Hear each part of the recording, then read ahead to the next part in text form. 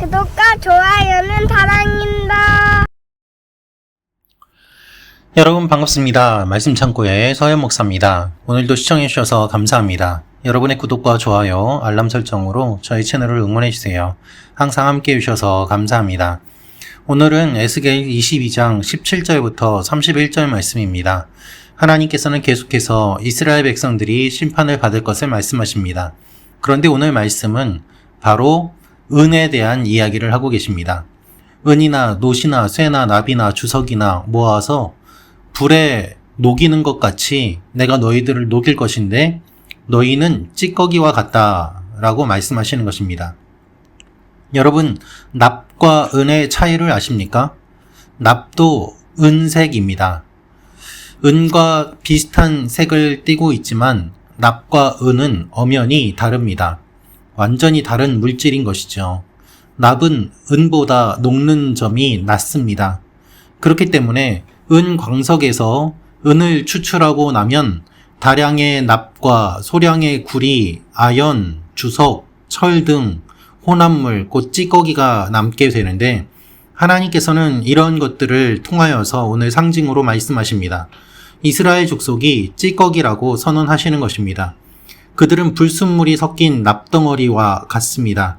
그럼에도 불구하고 은인 것처럼 행세한다는 말입니다. 이들은 하나님이 우리를 택하셨고 우리는 선택받은 백성들이요. 하나님께서 구별하신 하나님의 사람들이기 때문에 하나님이 지금은 이렇게 심판을 말씀하셔도 실제로는 심판을 하시지 않을 것이다 라고 착각하였습니다. 우리는 은과 같은 존재들이고 소중한 존재들이기 때문에 하나님이 우리를 심판하실 이유가 없다라고 착각하였습니다. 하나님께서는 오늘 말씀을 통하여서 너희는 은이 아니다, 납이다, 너희는 찌꺼기와 같다 라고 말씀하시는 것입니다. 모양은 은처럼 생겼을지 모르지만 너희의 존재는 완전히 다르고 너희는 찌꺼기고 불순물이다 라고 주님이 말씀하시는 것입니다. 여러분, 아무리 겉모습이 화려하고 은처럼 보인다고 할지라도 그 본질이 다른 것들이 많이 있습니다. 금인 줄 알고 봤더니 금이 아닌 경우도 많이 있지요. 저는 아직도 어릴 때의 한 기억이 생각이 납니다. 색종이를 사면은 금색 색종이가 있지 않습니까? 저는 어린 마음에 그 금색 색종이가 진짜 금을 써서 만든 종이라고 생각하였습니다. 그래서 금색 색종이만 모아서 와, 이거 정말 좋은 거야, 비싼 거야, 이거 모아서 녹이면은 금이 돼 라고 순수한 마음에 그렇게 착각하여서 금색 색종이를 모았던 기억이 있습니다. 물론 곧 그것이 진짜 금이 아닌 것을 알게 되었죠. 하나님 앞에서 우리가 이렇게 착각하는 경우들이 많이 있습니다. 나는 하나님의 백성이야. 나는 괜찮아. 나는 구원받았어. 나는 하나님이 축복해 주셔. 나는 행복하게 살 거야. 내가 지금 어려운 거는 내 잘못이 아니라 지금 시험 받고 있는 거야. 여러분, 하나님의 말씀은 그렇지 않다는 것이죠. 너희가 어려움을 겪는 것은 너희가 죄를 지었기 때문이고 너희가 복을 받지 못하는 것은 너희가 죄를 지었기 때문이고 너희가 지금 하나님을 떠났기 때문에 이와 같은 일들을 겪고 있는데 그래서 내가 심판을 이야기하는데 왜 너희들은 아직도 정신을 차리지 못하고 있느냐? 이것이 주님의 말씀인 것입니다. 신앙의 본질이 회복되지 않으면 안 됨을 주님은 계속해서 말씀하십니다. 그럼에도 불구하고 이들은 그것을 제대로 깨닫지 못하는 것이죠. 하나님은 그래서 죄악을 다시 한번 열거하십니다. 이들은 고아와 과부들과 같은 사회적인 약자들을 돌보지 않았습니다. 여러분, 우리가 살고 있는 사회에서 사회적인 약자들을 돌보지 않으면 우리 사회는 무너지게 됩니다. 그것이 영적인 원리입니다. 제사장들은 성물과 속된 것을 구별하지 않았습니다. 안식일도 무시하였습니다. 하나님이 정해주신 규례들을 가볍게 여겼습니다. 여러분, 하나님의 일을 한다고 하면서 상식을 무시하고 또한 규례를 무시하고 자기들의 입속만 채우려고 하는 그와 같은 종교 지도자들이 많아진다면 교회는 당연히 지탄을 받게 되고 아무도 예수를 믿으려고 하지 않을 것입니다. 이것이 영적인 타락으로 인해 나타나는 모습들입니다. 정치, 종교 지도자들이 잘못 행하고 있기 때문에 백성들도 약자를 강탈하고 가난한 자와 고아를 압제하고 나그네를 학대한다고 29절에서 말씀하고 계십니다. 여러분, 결국 윗물이 맑아야 되는데 그렇지 않으니까 아랫물도 맑지 않게 된다는 말씀입니다. 지도자들은 사람들이 자신들을 보고 따라한다는 것을 생각해야만 합니다. 그래서 더 조심해야 하는 것이죠. 백성들이 지켜보고 있기 때문입니다. 교회는 어떨까요? 성도들이 목회자를 지켜보고 있습니다. 성도들이 장로들을 지켜보고 있습니다. 성도들이 임직자들을 지켜보고 있습니다. 교회는 어떨까요? 예수 믿지 않는 사람들이 교회에 다니는 사람들을 지켜보고 있습니다.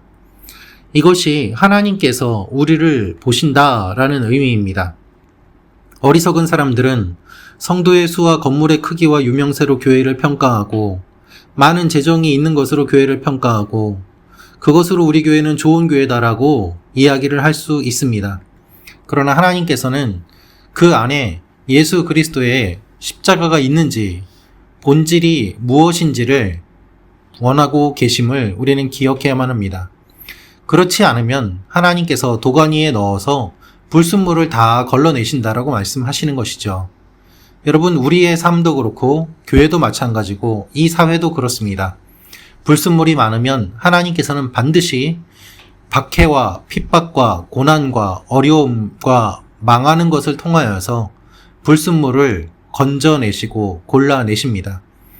많은 사람들이 이야기합니다. 예수 믿고 잘 살고 돈 벌고 건강해지지 않는다면 뭐하러 예수를 믿겠느냐라고 말입니다. 그들의 말이 맞는 것처럼 들립니다. 그러나 하나님께서 말씀하시는 것은 그것이 아닙니다.